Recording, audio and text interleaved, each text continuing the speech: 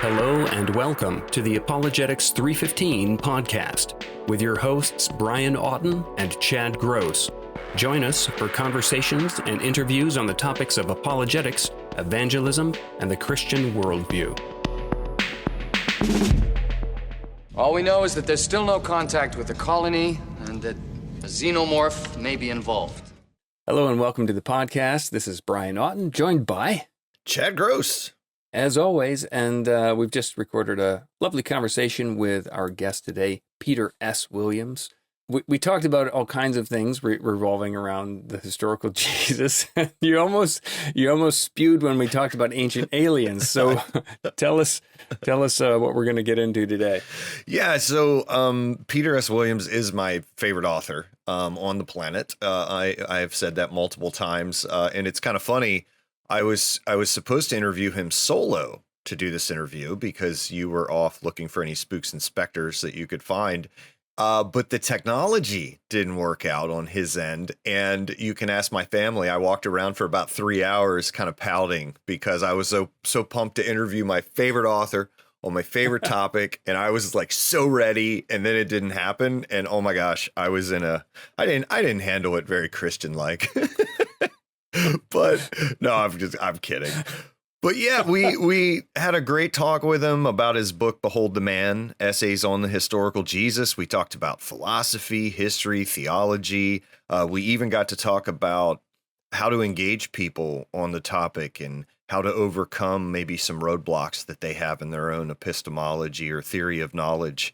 And yeah, we did get to ask. I'm not going to say we talked about aliens, but we talked about aliens. We did. And that was one of the most interesting parts of the discussion just because of the justification he offered in covering that topic. And I'm not going to say what that is because I want listeners to continue on and hear for themselves. But yeah, I really enjoyed it. And I also found it super interesting to talk about some more unique arguments for a high Christology, an early high Christology. And so that was enjoyable as well. But I always geek out when we interview him. At the point where we were talking about aliens, you asked a question and then I said, I didn't really have anything to ask. So I said, well, I don't have anything to ask about aliens because usually I edit that out. But Sure. Then the response, it was a great response and I got a lot out of it. But I'm curious if it came across like a rebuke. You know what I mean? Like, yeah. Like, because I was thinking, boy, I feel bad now. Well, when what I said was that is not what was in my mind. I was genuinely just sharing something that related to what Peter said. So yeah. I certainly didn't mean what I said as a rebuke. So yeah, I don't think you guys were doing it, but I'm thinking maybe it's going to sound like you guys totally like diss me or something like, well, ancient aliens is a really good topic and here's why. And then I'm crawling away like, yeah, you were right, guys. Yeah. Anyway, so we talk about his book, Behold the Man, Essays on the Historical Jesus. And the difference with this book is like some of his books, not all of them, some of them are collections of essays and writings. And so they're put together intentionally in a particular order that serves the purpose for that collection. And this was really, in a way, an eclectic sort of bunch of essays, but they all had the same sort of overarching purpose, looking at the historical Jesus. So you'll hear more about it in the interview. Let's go to it. Let's get ready. Switch me on. Well, Peter S. Williams, thanks for coming back to the podcast. Oh, real pleasure. Thanks for having me, guys. Yeah, so we wanted to have you on to discuss your book, Behold the Man, Essays on the Historical Jesus. And I've been telling people that I get to interview my favorite author about my favorite topic. So this is really great. I just wanted to start out by allowing you to kind of talk about what inspired you to write the book and how does it differ from some of your earlier work on Jesus? Okay, sure. So I've been doing a series of books with my publisher, which are Wipf and Stock from the US.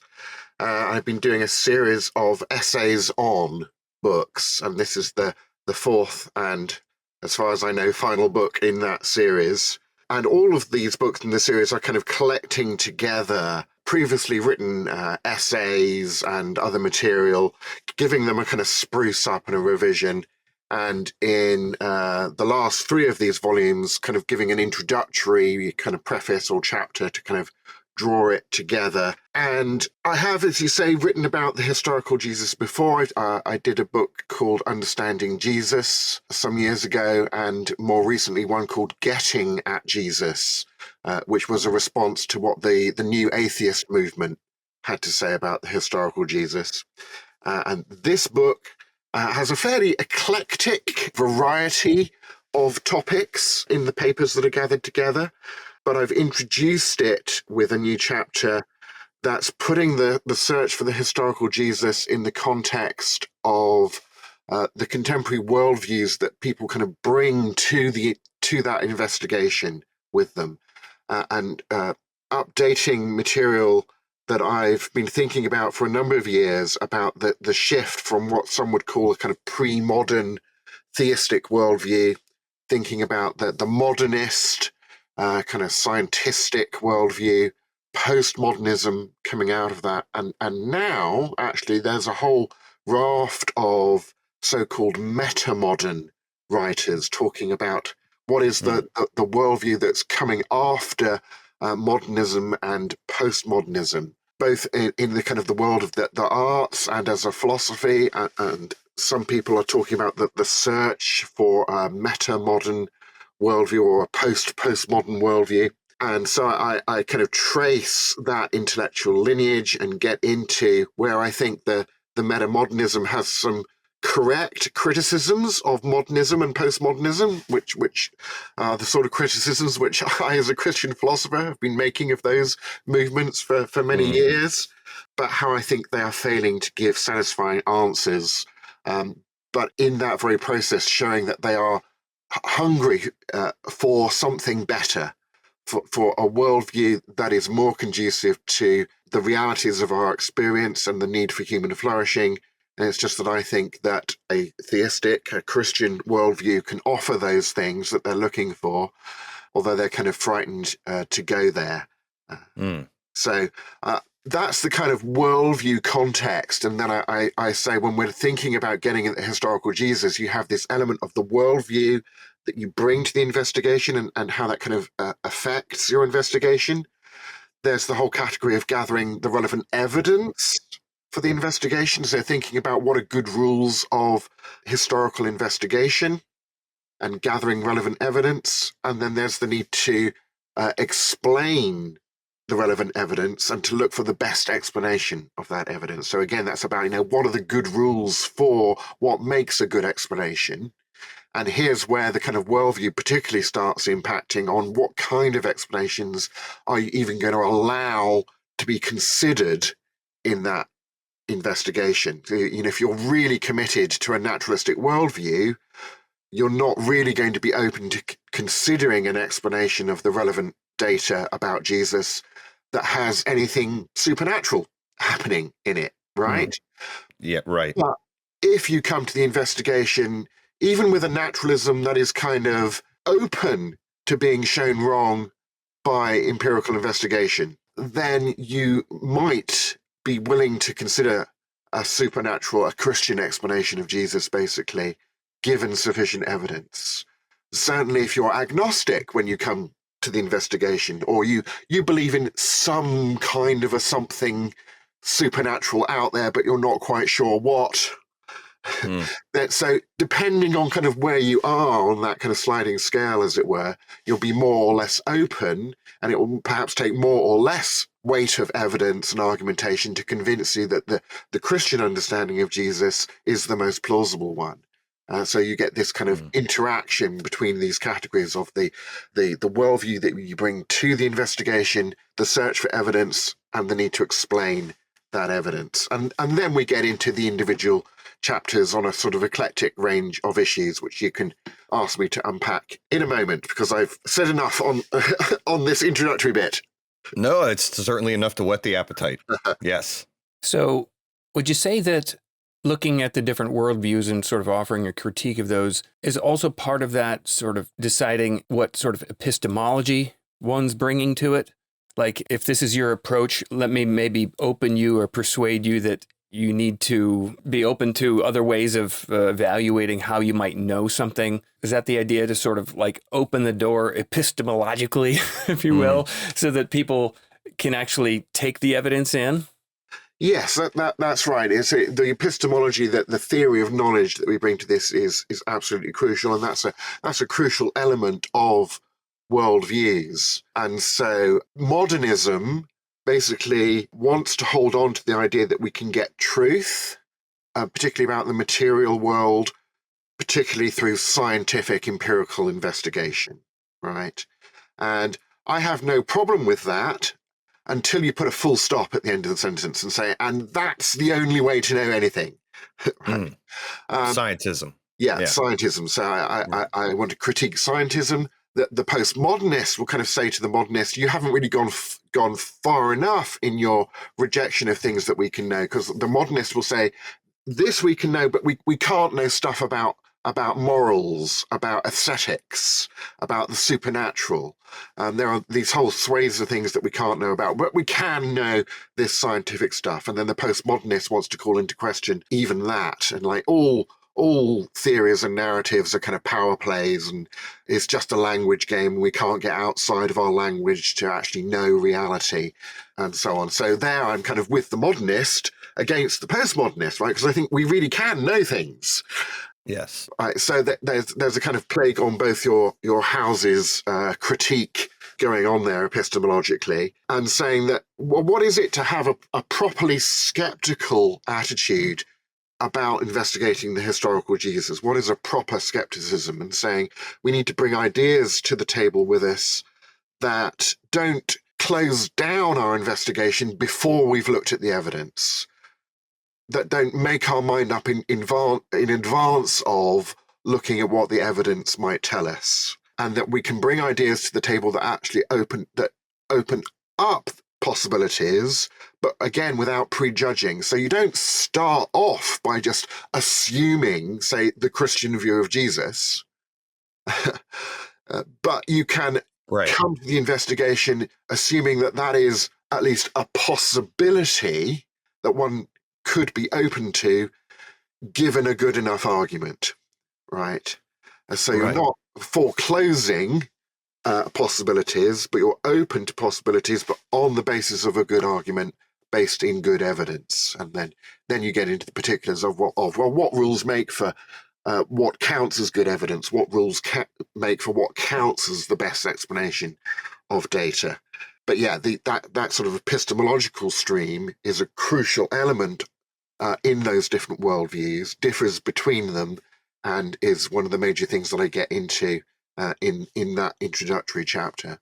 Yeah, and you mentioned metamodernism and in the opening chapter, and how that might offer a more balanced framework for historical Jesus research. And you've spoken a little bit about this, but can you unpack a little bit for listeners specifically what you mean by metamodernism? Because that term actually was new to me. So I just want to make sure everybody knows. Even the use of the term is quite controverted at the moment. Some writers in this field feel that postmodernism, the worldview that becomes kind of culturally dominant after the dominance of postmodernism that kind of arose in the it peaked in the kind of early 90s, say. But what has come subsequent to that since the kind of early 2000s? Some writers talk about polymodernism, but metamodernism seems to be the term that's kind of mostly stuck. And many writers talk about a stance in the arts, particularly, that kind of oscillate between modernist and postmodernist perspectives, or try to braid together modern and postmodern perspectives. Things that kind of combine the kind of ironic detachment of postmodern art and literature and filmmaking and so on, with a hunger and an ability to express deeply felt emotion without feeling that that's kind of cringy. For example, you often find these things kind of combined. And if I start mentioning the kind of arts that's being mentioned here, things like the cartoon series Rick and Morty, or compare that to The Simpsons, particularly its kind of peak, which would be kind of more postmodern, and Rick and Morty would be more kind of metamodern, or the films of Wes Anderson, or Oscar winner a couple of years ago, Everything Everywhere All at Once. The writers, the makers of that film, explicitly called it a metamodern film. And it seemed to affirm a kind of modernist nihilism about reality on the one hand, and say, nothing has any objective, intrinsic meaning to it, but I am going to choose to love the people in my family and find personal meaning in that, and I can find meaning in this meaningless universe by committing myself to the specific relationships that I find myself in, and not be overwhelmed by the everything bagel, if you've seen the film, of we have so many choices in what some have called the kind of hyper-modernist reality. We have so many choices, and the film used that both as a kind of symbol of the immigrant experience in America, our kind of experience of life in the kind of internet-dominated world.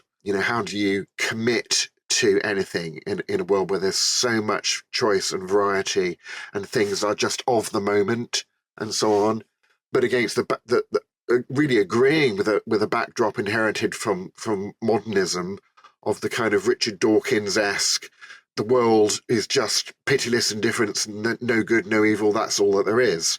So it was kind of, I would describe it as a kind of trying to have your cake and eat it approach to the modern postmodern dilemma, and that kind of attempt to braid or oscillate between or kludge those views together is what some are describing as metamodernism. And my fundamental point would be really, since the modernist and postmodernist outlooks at a fundamental worldview level actually contradict each other, oscillating between two contradictory worldviews does not provide a coherent worldview in which it is satisfying to live.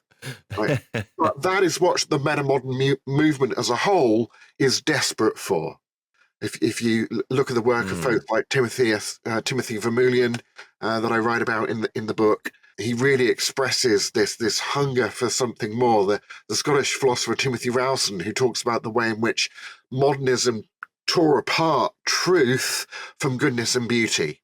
And he says the worldview that I would be looking for, and that's an expression of I haven't found it yet, but I'm looking for it.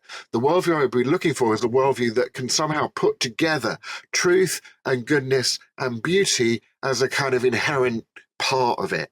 And I there, as a Christian thinker, I'm thinking, yeah, I know a worldview that does this. This is central to the monotheistic worldview, in which God is the locus of truth and goodness and beauty, objectively, inherently speaking, right? Amen. But so many within the metamodern movement have bought into the kind of neo-atheist modernist critique of the evils of the kind of pre-modern or traditional kind of worldviews, as if kind of buying into a contemporary version of an Abrahamic religious worldview would necessarily mean signing up to, say, misogyny or colonialism or, whatever list of evils you want to pick. And that doesn't necessarily follow. So I think you want to start from the ontological basis of the view and kind of work your way up from there, without worrying about everything that's kind of been inherited from cultures that have had that ontology at the center of them. That's helpful. And I know that Brian has a question, but I just wanted to say that's one of the things I appreciate so much about your work is I think that you're a little bit broader in the things you write about and cover. And I think that you work within those three tenets that you talked about, the goodness and the truth and the beauty. I don't think you neglect any of those if anybody were to look at your body of work. And that's one of the things I appreciate about it so much. Thank you. Yeah. Mm-hmm. That trio has been central to my work in philosophy since back in the days when I was doing my MPhil thesis, and it's been central to a lot of the stuff that I've taught and written about and talked about over the years. So yeah, it's very evident. Okay, so in the book, it shifts gears from talking about the different worldviews and epistemologies and sort of critiquing and laying those out. But then we get into Jesus himself. And Yeah. I was my ears perked up because it didn't start where I thought it would. It starts, you kind of start looking at the Epistle of James. So part of historical Jesus studies are trying to get at, how the belief in how, Jesus, did early Christians believe that Jesus was God? These sorts of questions are central to, looking at Jesus historically. So talk a little bit about the Epistle of James and why we might start there, and how Jesus as God and sort of a high Christology, if you will, of James plays a role. That's right. So I'm looking at James as evincing an early high Christology, so-called. So there are those who will say that Jesus' original followers viewed him as, the Messiah, perhaps as a prophet, but not as the divine Son of God. And that idea is something that came into Christianity later, and generally to try and make that move plausible, you need to push that idea of Jesus as divine into the era when Christianity leaves its Jewish roots and gets out into the Greco-Roman world, where maybe Christians can be influenced by ideas of Greek demigods and so on, and then stick the idea that Jesus was divine into the early 2nd century, say, or even more visibly into a discussion at the Council of Nicaea, according to Dan Brown's book, The Da Vinci Code, right? Oh, dear. Now, that Dan Brown idea is something you can undermine simply by looking at archaeology, which is something I did in a recent talk, which you can find on my podcast.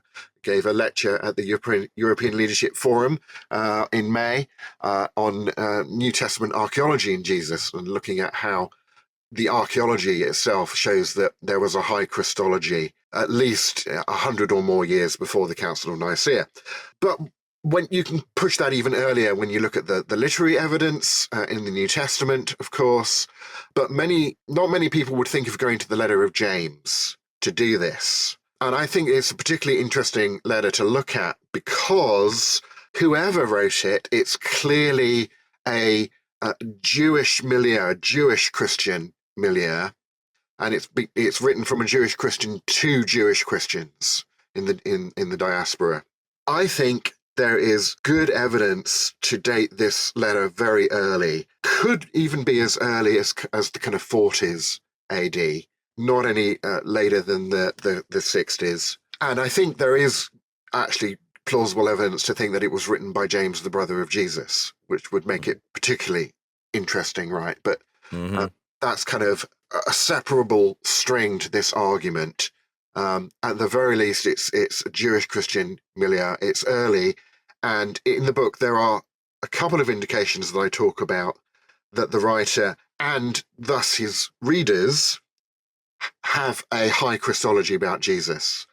Not only is there a discussion about the writer's use of Lord, which the Jews substituted for the holy name of God and refused to call the Roman Emperor Caesar Lord because they reserved that for God, basically, and it calls Jesus Lord. But there's this phraseology used in the letters about James talking, or whoever wrote it, talking about non-Christians blaspheming the holy name by which you are called, or the holy name that is called over you. Now, terminology of blasphemy in and of itself doesn't necessitate blasphemy in a religious sense. It can just mean talking bad of, although I would say the context here suggests that it means blasphemy in a religious sense. So that's interesting. But this phraseology of the holy name or the noble name that is called over you is a repeated Old Testament phraseology about the name of God being called over Israel as the people of God, that God owns Israel as his people. And now here is the author of the epistle saying to his Jewish Christian readers about non-Christians blaspheming the noble name that is called over you. And that is clearly, I think, from context, either a reference to the designation of Christians as Christians. It was originally an outsider term of abuse. The early Christians, you see from the New Testament, describe themselves as followers of the way. Think of Jesus' expression, I am the way, the truth, and the life. They said, the way, we are followers of the way. And it was Christian was a term of abuse. It basically means Christ slave. That was coined by non-Christians and then adopted by followers of the way of their self-description. Or it could be a reference to the name of Christ used in baptism, being called over people in baptism when they are inducted in baptism into the Christian community. But either way, it seems to be an application of a Jewish way of describing God's ownership of Israel and then applying that to Jesus, Christ, owning Christians in a parallelism. So all of those indications taken, cumulatively together, I think give a very strong indication that the writer and thus the readers of James, whoever wrote it, have a high Christology. Plausibly, in like the mid to late 40s, in the 50s. And of course, since the writer and the readers who are in this diaspora that are being written to already have that view of Jesus, this isn't new information that's being communicated to them, then that idea must predate the writer and the readers going out from Jerusalem, where Christianity started, to the places where where they are and where this letter is being written to them, which again pushes it even earlier. So I think that it's not something many people have written about, but it's a very interesting place to go for evincing an early high Christology within decades of the death of the historical Jesus. Yeah, I couldn't help but to think when I was reading that chapter, I was thinking of the Muslim scholar Shabir Ali's kind of evolutionary Christology, and I was imagining how he would respond to that. And I thought it would be fascinating in a debate if somebody would kind of take your argument and flesh it out, because I think it would catch him quite off guard, because it's not typically one that you hear. Yeah, right. I mean, you can find phrases in Pauline letters from the 50s, but I think this is as if not plausibly earlier than those Pauline references to, Christ is our Lord and God and so on. Yeah. Now, you mentioned, you said that you thought there was pretty good evidence that James, actually, the brother of Jesus, actually wrote it. But then while you were talking about the epistle, you said James or whoever wrote it, right? Yeah. Which I understand the modesty there. But could you just offer maybe one reason why you think James wrote it? Yeah, I look at some of the parallelisms between phrases in the letter, the language of the letter, and the language of, for example, James's speech is recorded in Acts at the Council of Jerusalem. There are some interesting kind of parallelisms in the language he uses. But we have the unanimous testimony of the early church fathers, such as Athanasius, Cyril of Jerusalem, Eusebius, Origen, and so on. Are all they unanimously attribute the epistle to James, the brother of Jesus. There's a kind of the Jewishness and the local knowledge of Jewish conditions in that era displayed by the letter. The way in which the author writes kind of authoritatively without having to introduce himself, and a kind of argument by elimination from like who would be able to write in that manner that we know of from the early church writers and so on. So a sort of argument from authorial prominence. I guess it's a kind of cumulative case, and perhaps the most weighty part of that is simply the unanimous testimony of all of the earliest writers who talk about who wrote the letter. That generation of early church fathers, where you're talking about, at least kind of people who knew people who knew people who were there at ground zero. Excellent. Thank you. That was even better than one reason. Yeah. Well, very often in history, in historical arguments, you're making a cumulative case.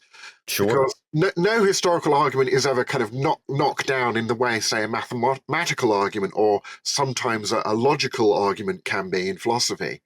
When you can disprove something by showing it's self-contradictory, right? But in history, you are looking at evidence and making arguments from them, just like you are kind of in the sciences. And so you want an accumulation of evidences that point in the same direction to make a kind of cumulative case. Kind of like the case that a scientist makes in a paper or that a lawyer would make in a court. That's the kind of inferential argumentation that a historian is doing. And so you get lots of indications that maybe in their own right would not be enough to convince you of something. But put them all together, then they become a weighty case for thinking something, particularly when you're making a kind of comparative analysis. It's kind of saying, are there any counter indications? Is there any apparently undermining evidence against this case, and so on? So you're kind of weighing up argument against argument, where there are countering arguments, and trying to work your way through to what is the most sensible thing to think. But you can never say, proof, but you can say most reasonable. That's good.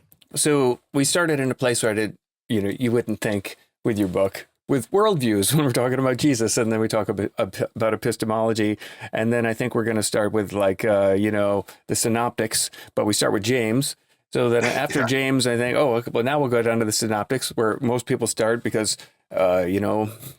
reasons, and but we started sort of like with John, and the thing that I tend to hear is that John was later. John is more of a developed Christology. Maybe it was developed by the Johannine community. The community sort of finally decided that Jesus was more than just basic stuff here. He's becoming divine and things like that. So why start here with John? What is the dating that you would suggest for John, and why this approach? Can you unpack that?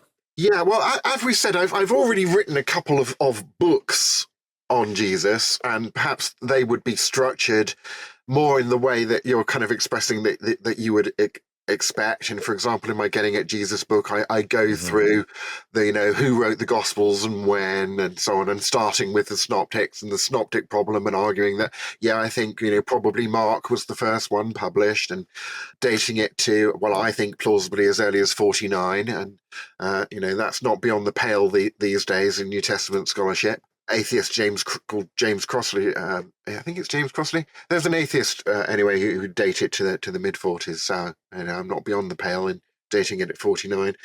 But here I am collecting together a collection of things that I've written here and there. But I think it is interesting that it's taking kind of the road less traveled a little bit, as you say, and looking at high Christology in the Epistle of James, and then looking at, well, what can we say about the kind of particularly the dating, the origin, and the historicity of the fourth gospel. Let's call it the fourth gospel. I do argue that I think it is most plausibly written by John the Apostle, but I look at various arguments that have been given for dating the fourth gospel earlier than the traditional date. Now, the traditional date would be towards the end of the first century.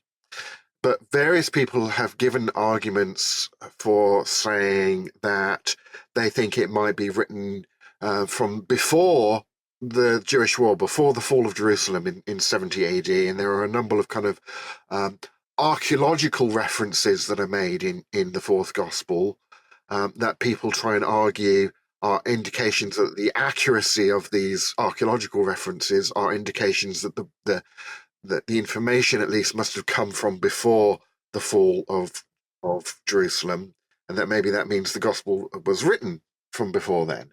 I don't think that those arguments hold water, and I go through arguments about the sheep pool and the sheep gate in the temple that are made in this context. I read everything that I could get my hands on the archaeology of the Second Temple and the Jewish War conquest, which kind of finalized with the Jews holed up in the temple there, and the archaeology of the pool with its famous double pool and the colonnades around it that were discovered and so on.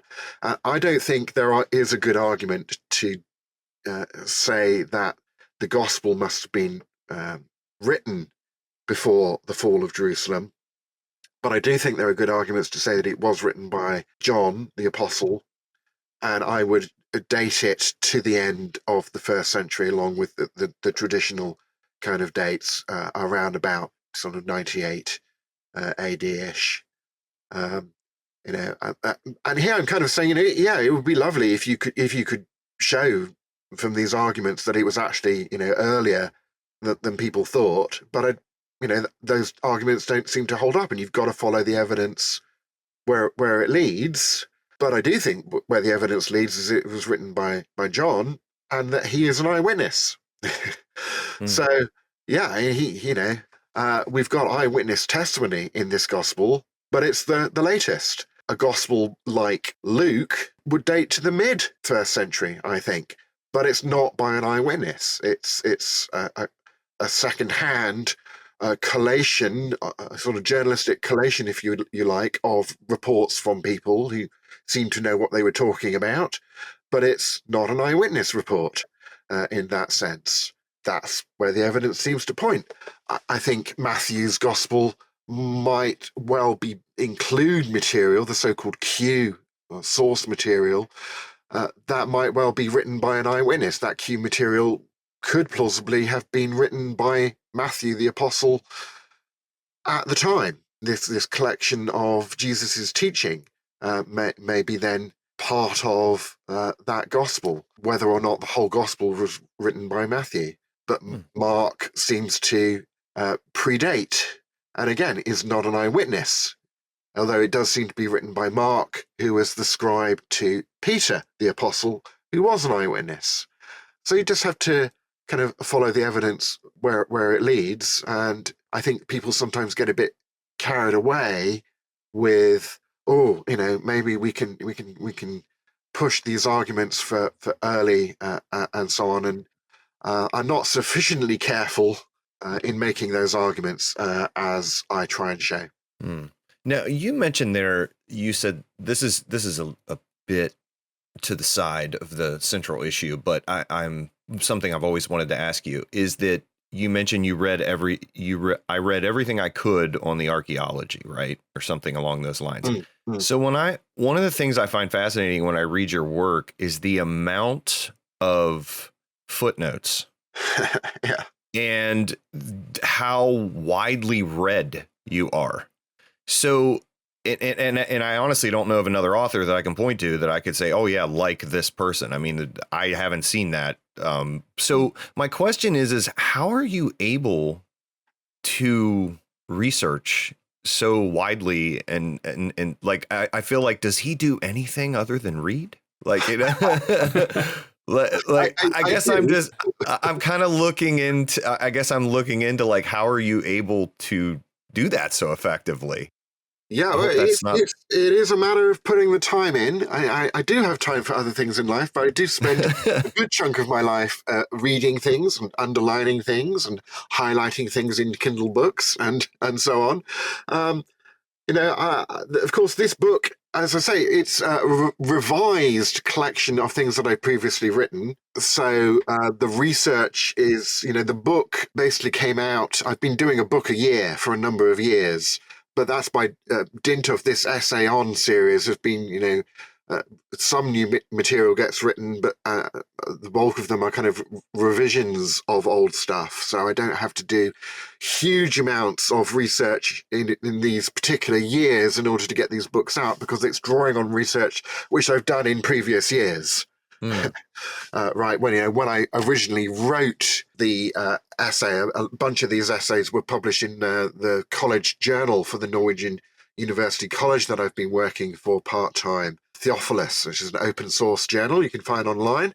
And you can find a lot of the original versions of my papers in Theophilus journal. But then when I'm coming to the book, I will revise, do some additional research, see, you know, what new stuff in that field has come out, so on, and try and spruce it up a bit and make sure it's up to date. But yeah, I just do have to spend a lot of time reading stuff. It's good that I enjoy doing that. I have broad interests. But I love that in books when I read them as well, because then it gives me places to go in researching those topics and kind of forming my opinions on things. So yeah. So then you kind of move on in the book to the resurrection. And one of the things you talked about earlier on in the interview was this idea of, you know, we have these pieces of evidence or facts that need explanation. And then, of course, you move to, well, what's the best explanation of these facts, right? Yeah. And then you talked about how it depends on what you're open to as an explanation. So how does one kind of handle the philosophical challenges to the idea of a miracle when it comes to the resurrection? Yeah, and that's quite a diverse set of challenges, really, I would say, because you could say, you know, there are traditional challenges even from defining what you mean by a miracle. I mean, David Hume is the kind of loci classicus of this, of saying that, you know, Hume notoriously defined a miracle as a violation of the laws of nature. In a kind of what many have said is a bit of a prejudicial kind of phraseology, really. Agreed. And gave some notorious arguments against miracles, which are still debated today as to whether he's arguing that miracles are not possible, or he's allowing that they're possible but arguing that they're not ever plausible to believe in. Different people take him different ways, and I have in various of my sources, particularly there's a bunch of stuff on this in the Getting at Jesus book, looked at the interpretation of Hume's arguments and so on. Some of it comes from, as I say, the worldview ontology that you bring to the question. If you believe that only the material, physical, natural world exists, then of course anything that happens must be a thing that it is possible to happen within that kind of an ontology, and must have a causal relationship as one can specify within that kind of ontology. If you are open to the possibility that there is a God outside of the natural world, then it seems to follow that one must be open to the possibility of events that are not tied to other events in the world by a kind of naturalistic description, right? So David Hume, in one passage, says that, you know, if some lead were of itself to float in the air, and he talks about how we know that this, you know, is unbelievable because, you know, that can't happen. That's never, you know, people don't experience that happen. It's never been seen to happen, and so on. But he's really given the game away where he says of itself, right? If God were to cause a piece of lead to levitate, then the lead would not be levitating of itself.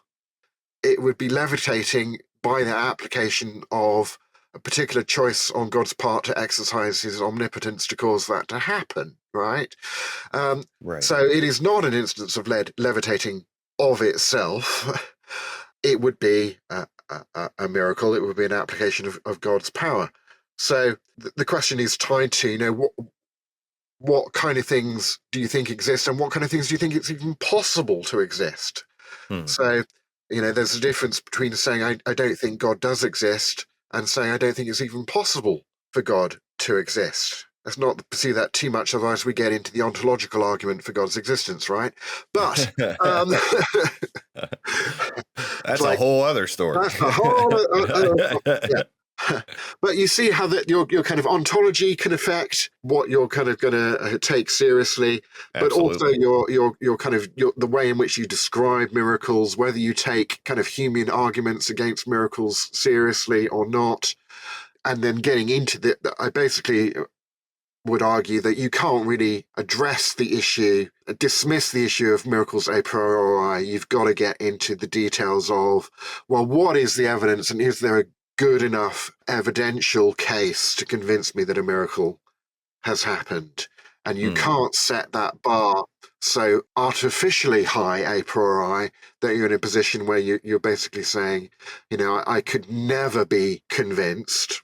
Then what you're really saying is my worldview is unfalsifiable, on empirically unfalsifiable, which is perhaps an uncomfortable position for modernists, people with a modernist kind of scientific worldview or scientistic worldview to be in. So if you want to leave your worldview open to empirical falsification, well, then you've got to get into those details of, well, what is the evidence and what are the good criteria for making, what the best explanation is. And if you don't, you're not just completely determined to rule out a theistic explanation from the get-go, well, then, you might as well look at the argument and see where you end up at the end, at the end of considering it. Yeah, that's good. So tied to miracles, of course, this is all pointing towards the resurrection. And sometimes when we're talking about the resurrection, when it comes to apologetics, the discussion comes up with, well, what's the right approach of doing that? Should we look at data that scholars agree upon and try to narrow our focus and sort of make a case that way? Or do we want to broaden that and just use every bit of available data possible? I kind of think, it depends on who you're talking to, my personal opinion. And maybe you think the same based upon depending on the worldview of the person and what sort of epistemology they may have, what sort of background information they already have, things like that. What does your approach tend to look like? And do you have any thoughts on that? Yeah, I agree that you don't necessarily want to try and pick a one-size-fits-all approach. You want to fit it to the occasion, but of course, when you're writing for a general audience, you often have to pick an approach. I do discuss in the opening chapter that difference between the kind of let's throw everything in the kitchen sink at it kind of approach to argument and the so-called kind of minimal facts approach. I kind of contrast the kind of traditional Christian evidences approaches, as you might find, say, in the work of someone like Norman L. Geisler. I look at how he argues in his classic text on Christian apologetics, and then contrast that with the kind of approach taken by someone like Gary Habermas, who's currently coming out with his 4-volume massive magnum opus on the resurrection, 3 volumes available thus far, and he has, in his career, taken this approach which he calls the minimal facts approach. I try and hive off a particular element of that approach. Habermas will use this rule, as you say, of general consent, of kind of majority consent or a large majority consent of scholars relevant to an issue accepting it, whatever their worldview might be. And I think that might be a useful kind of rhetorical approach, depending on your situation. But I think why not just say, let's just use good rules for what counts as evidence and then use evidence that falls within those rules. Why add this rule about majority consent? Because as Habermas himself says, consent doesn't equal truth. Right. And it's like sometimes he seems to be using that rule just as a kind of a rhetorical move to kind of try and get a shorthand on the conversation and kind of get to the point quicker. And if someone's willing to go that way, then, great, fine. Sometimes it seems that he, and particularly Michael Licona, who uses a same or a similar approach, is using it as a kind of bulwark against worldview bias. I often feel that Michael Licona in his work on the resurrection is trying to kind of bend over backwards, not to be biased towards the resurrection, that he ends up being overly cautious on what data he will allow. And I think actually that if you are careful in forming your criteria of evidence gathering, that criteria itself should be the bulwark against bias. It's like, are these standard criteria criteria that people with other worldviews accept and use. So it's more like common ground, finding the common ground that you can argue from, sort of thing. If I can show that these criteria result in this set of data, then that's the set of data that I should use, whether or not people with those other worldviews, a majority of them also accept that data. Because all that shows is that they're being inconsistent with their epistemological foundations. And why should I be constrained by that? Or why should the particular, person, if I'm talking to a particular person in conversation, want to be limited by that? Well, it's going to depend on them.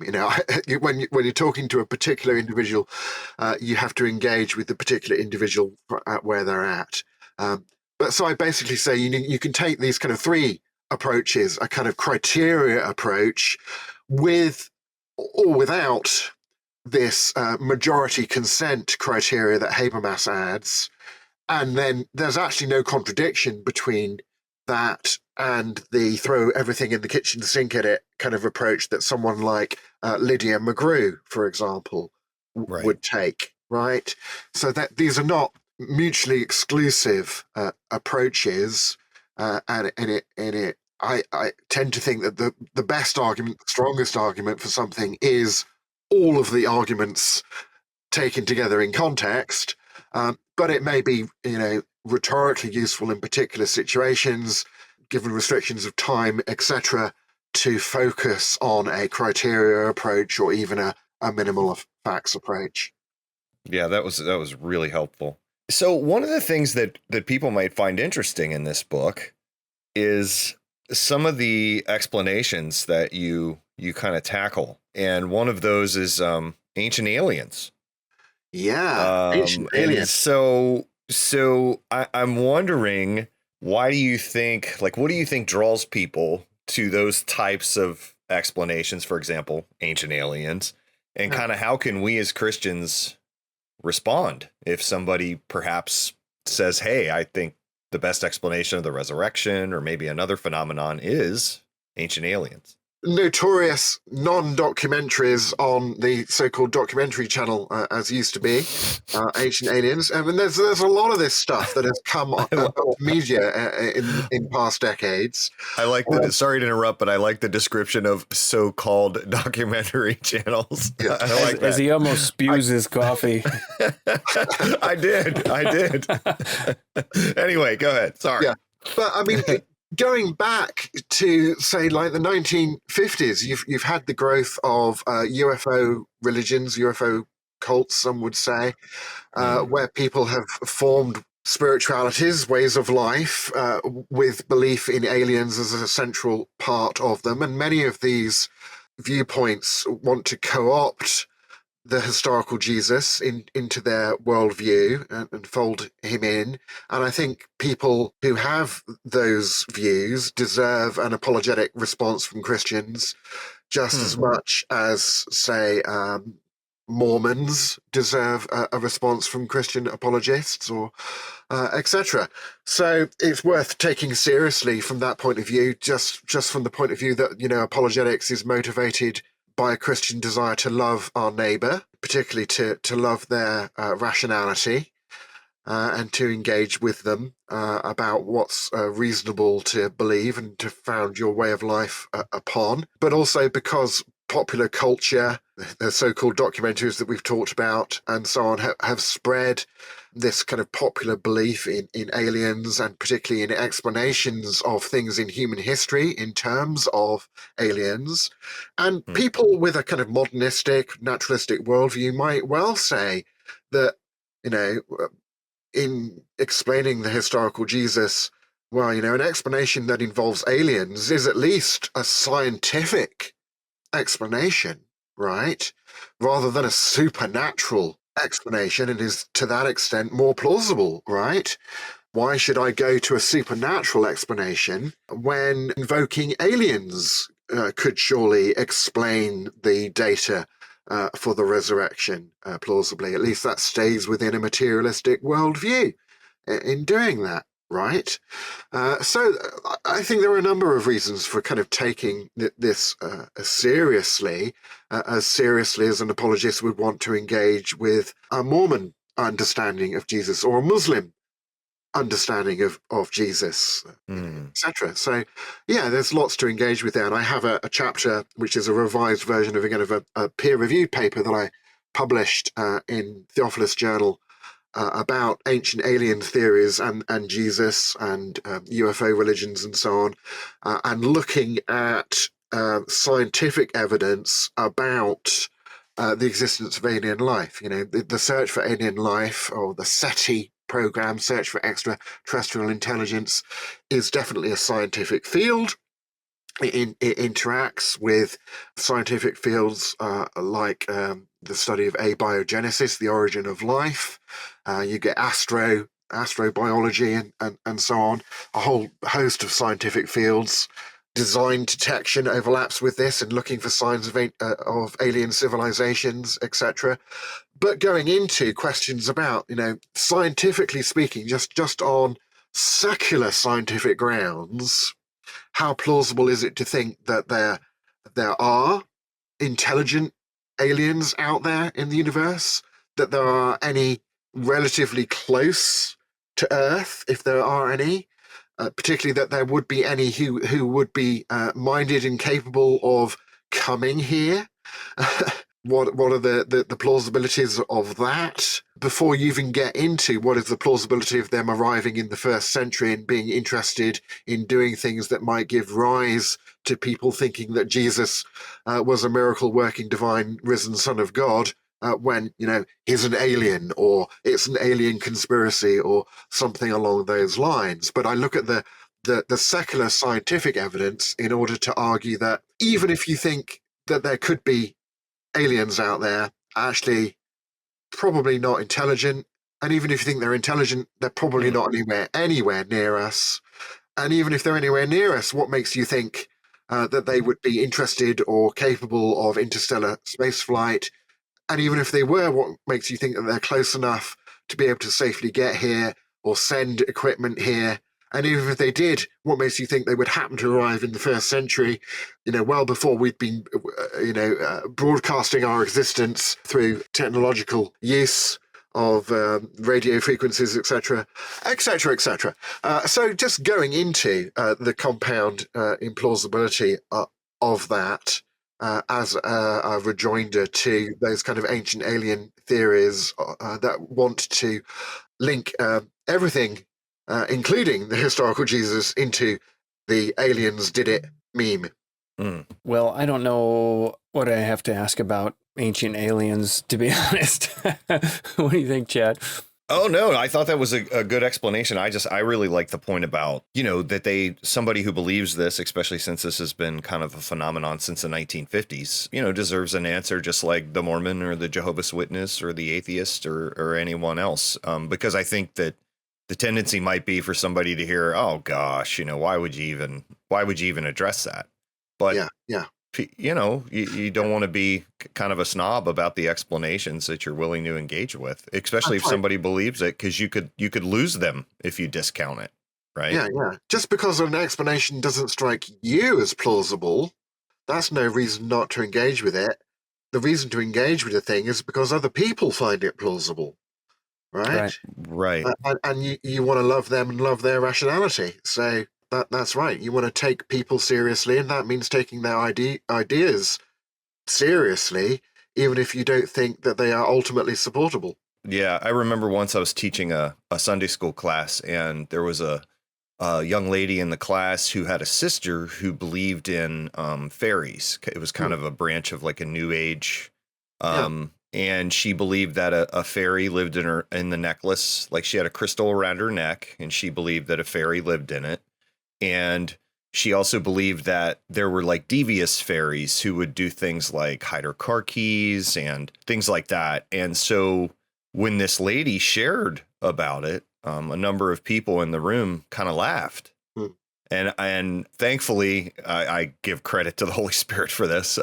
I looked at them and I said, because I was the teacher, I said, you just lost any opportunity you had for reaching that young lady. I said, because you if you were to laugh at her or ridicule her or discount her, Yeah. I said, she won't hear anything you have to say after that. And so I really like that idea of like honoring somebody's view, even if you don't find it personally plausible. Well, that's interesting. I said, I don't have anything to ask about this because I simply just wasn't interested. But, I'm really challenged by what both of you have said there and this idea, because I kind of felt that way. Like, I don't really care about this subject. I find it hard to engage with subjects I'm not interested in, but you're right. If someone is seriously dealing with that, like I remember talking to a lady about angels or something like that. And, it was an idea where I thought, how can anybody believe that? But, because I knew this person and they were talking about it, suddenly the desire and the motivation was there to learn about that. So, yeah, you're saying those things really corrects me. Thank you. Mm-hmm. Yeah. I wanted to ask that sometimes when you get into conversations with somebody and you're talking about evidence and what is the best explanation of the evidence, sometimes I think and I experience in conversation that people aren't as driven by the evidence and the facts as you would think they would be. And a lot of it boils down to what feels comfortable or kind of their own personal experience, even if their experience might contradict with known data. So when you're in a conversation with somebody and it seems like they're reluctant to consider things that they're not comfortable with, but it's more based on like feelings and experience than dealing with data, what are some ways that you can kind of challenge their epistemology, if you will, or even maybe their ontology, depending, to get them to be more open to allow the facts to inform them more than their experience or their feelings or their preferences? And I guess, and admittedly, that's a challenge for all of us. Yes, I'm glad you said that. I think that is a challenge for everybody of every worldview, right? But to take us back to what we were saying earlier about truth and goodness and beauty, for example, I think it's kind of a bit of a holdover from modernist thinking to make this separation between kind of facts, particularly kind of empirical facts that we get at in a kind of scientific kind of a way, and then to say everything else is just subjective. And I tend to think that we start from this kind of first-person conscious awareness of ourselves and of an apparent world beyond us. And I tend to adopt an epistemology of it is wise to start from a position of trust. That if you reject trust from the outset, you're never actually going to think you can reasonably believe anything, really, apart from a very few kind of apparently indubitable things, I think, therefore I am kind of stuff. But, if you want to believe that there really is a world outside of yourself and you're not in the matrix and that you really can remember what you had for breakfast and that generally speaking, what your senses tell you can help you reliably navigate the world and so on. Those are not things that you can prove, certainly not scientifically, because any science you did would have to rely upon you assuming that those things were true and remembering the results of your experiments and so on. But then how do you know you trust your memory? So we start from this position of trust, and even to kind of use the basic rules of logic, those are things that you can't argue for because they are the basis of arguing for anything. So in a sense, trying to argue for them would be circular, but they are the very foundation of rationality. And you just kind of intuit that, you see that. And we experience things like, look at that rainbow. That's beautiful.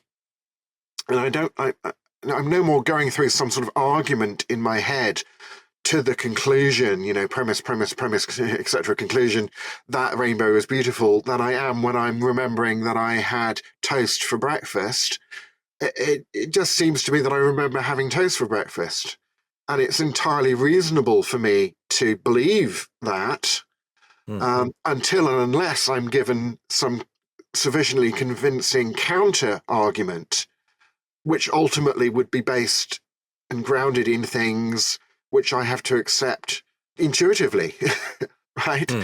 That rainbow is beautiful, is something I experience. And I think that is reasonable to believe until unless I'm given sufficient counter arguments to say that no, it's, actually that rainbow is ugly and you're mistaken, or actually no, nothing is objectively beautiful.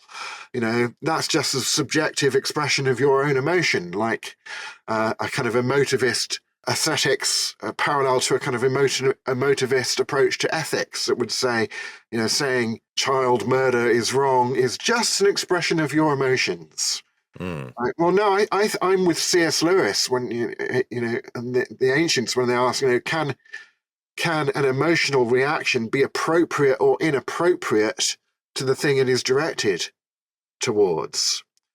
Modernism loses this idea that our subjective reactions to things can be either objectively appropriate or inappropriate. They're not just subjective, full stop, because they are your reaction to the world. That your reaction to the world, emotionally speaking, and so on, can be appropriate and inappropriate. Your trust can be appropriately or inappropriately placed in things, etc.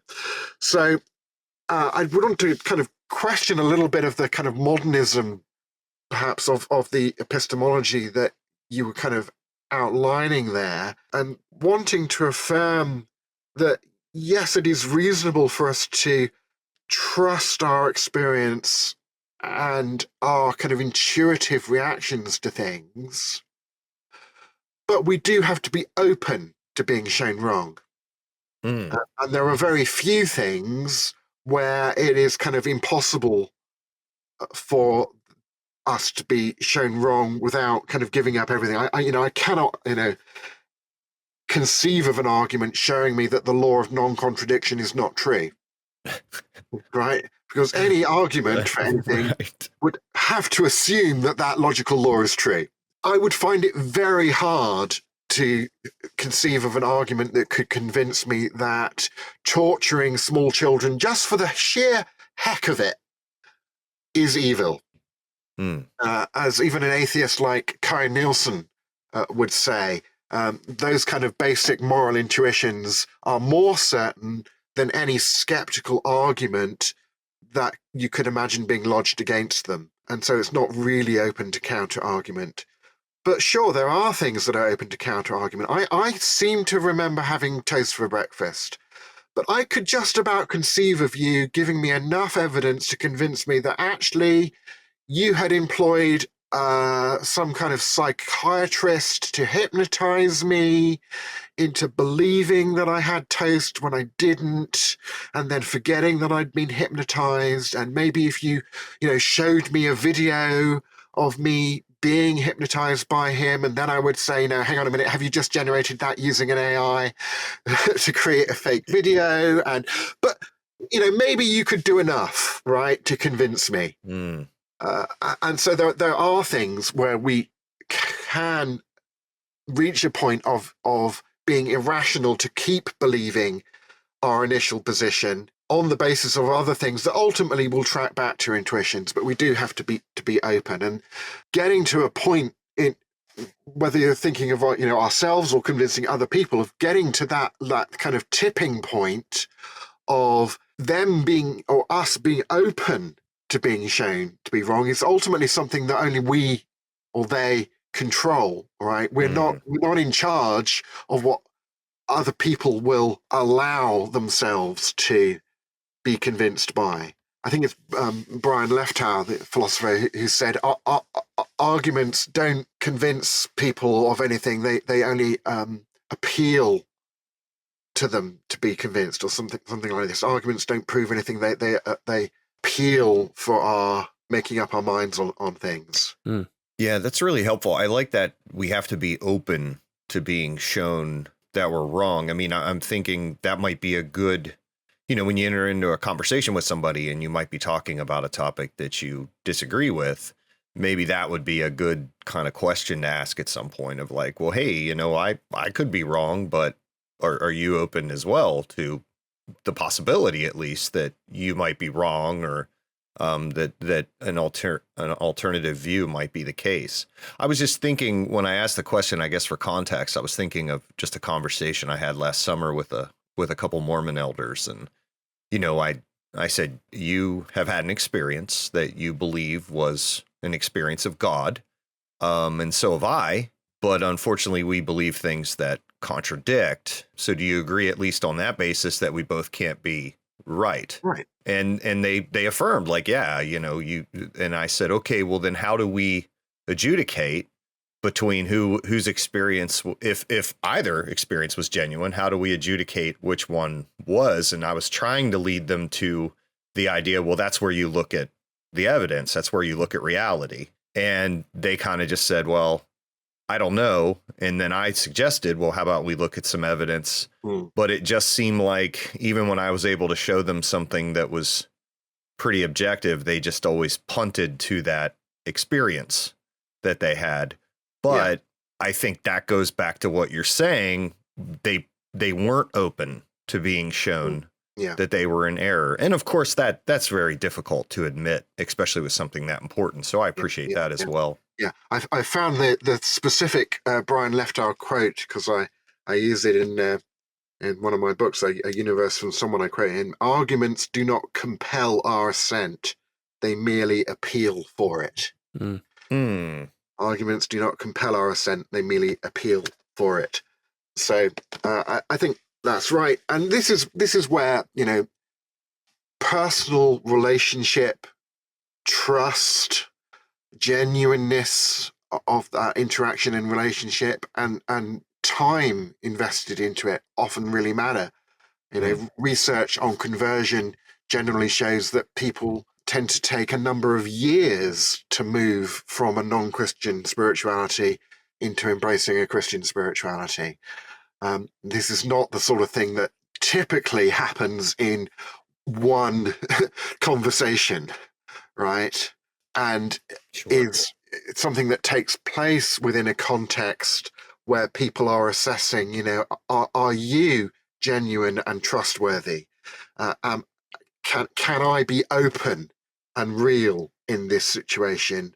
How kind of combative is this? Are you disagreeing with me just because you love a good argument, or because you want to win and show how stupid I am? Or are you disagreeing with me because you want what's best for me?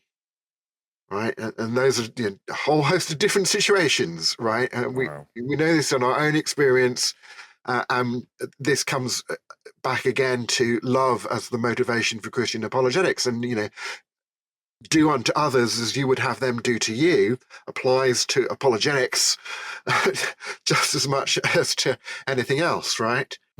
That's really good.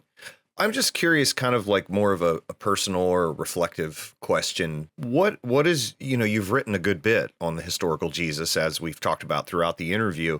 What has that research over the years done for your own faith or your own walk with Jesus? Yeah, well, there's kind of two issues there.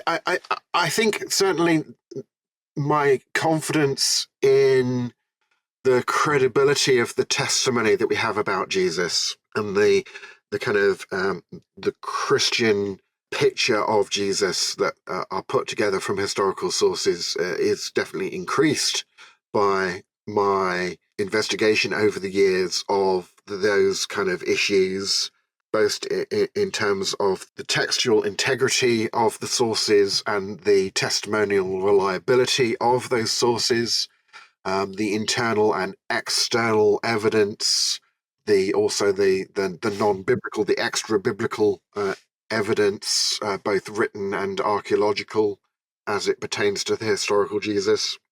But I think you've got to make a connection between that and personal spirituality. And the approach that I took in my book, Understanding Jesus, subtitled 5 Ways to Spiritual Enlightenment, and I gave this kind of cumulative case argument for the Christian view of Jesus, but not only from the point of view of a kind of abstract, who did he think he was and did he do things that would back that up, but from the point of view of what role did Jesus seem to think he should play in your personal way of life, in your personal spirituality. What role did Jesus see himself playing in your spirituality, and did he do things that lead you to take that seriously?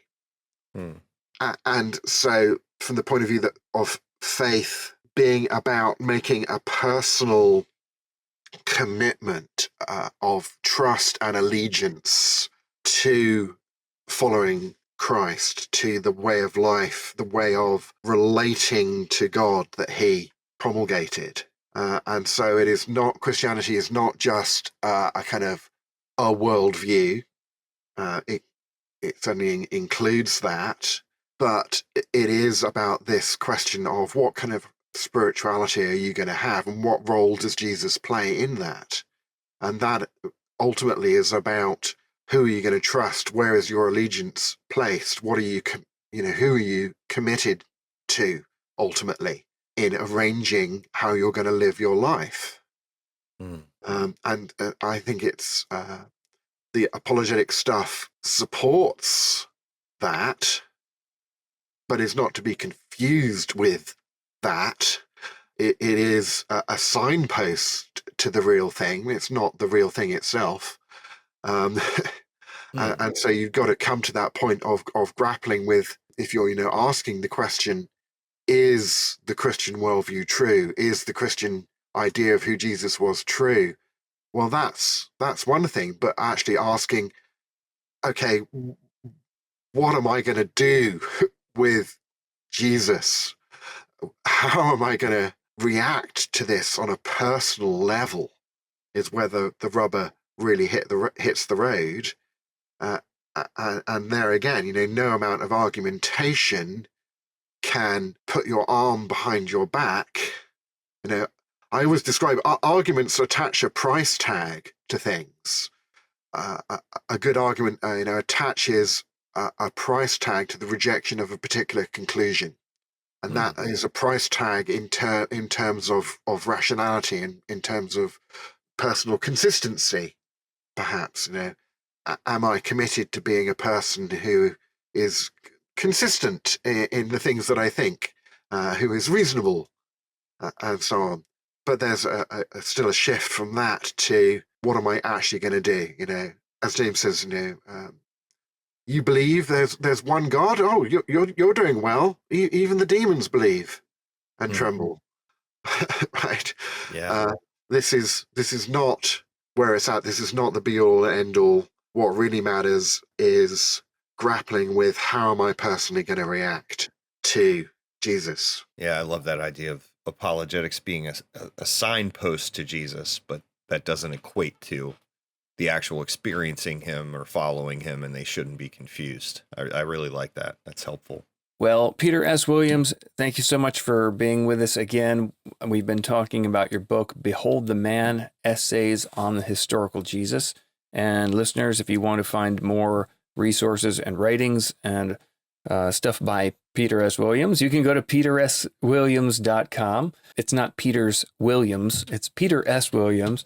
And there's also his YouTube channel, and there's tons of great playlists there with all kinds of great content. So, Peter, thank you so much for being with us again. Enjoyable read and great conversation as always. Thank you. Yes, thank you. It's a great pleasure. Thanks for listening to the podcast. If you have a question you'd like us to address or just a message for us, feedback, good or bad, you can either email us at podcast@apologetics315.com or leave a voice message for us using SpeakPipe. Just go to speakpipe.com/apologetics315 to leave us a message. And remember, if you include a Ghostbusters quote in your question, we guarantee that we'll read it on the podcast, and we also ensure up to 50% better quality answers.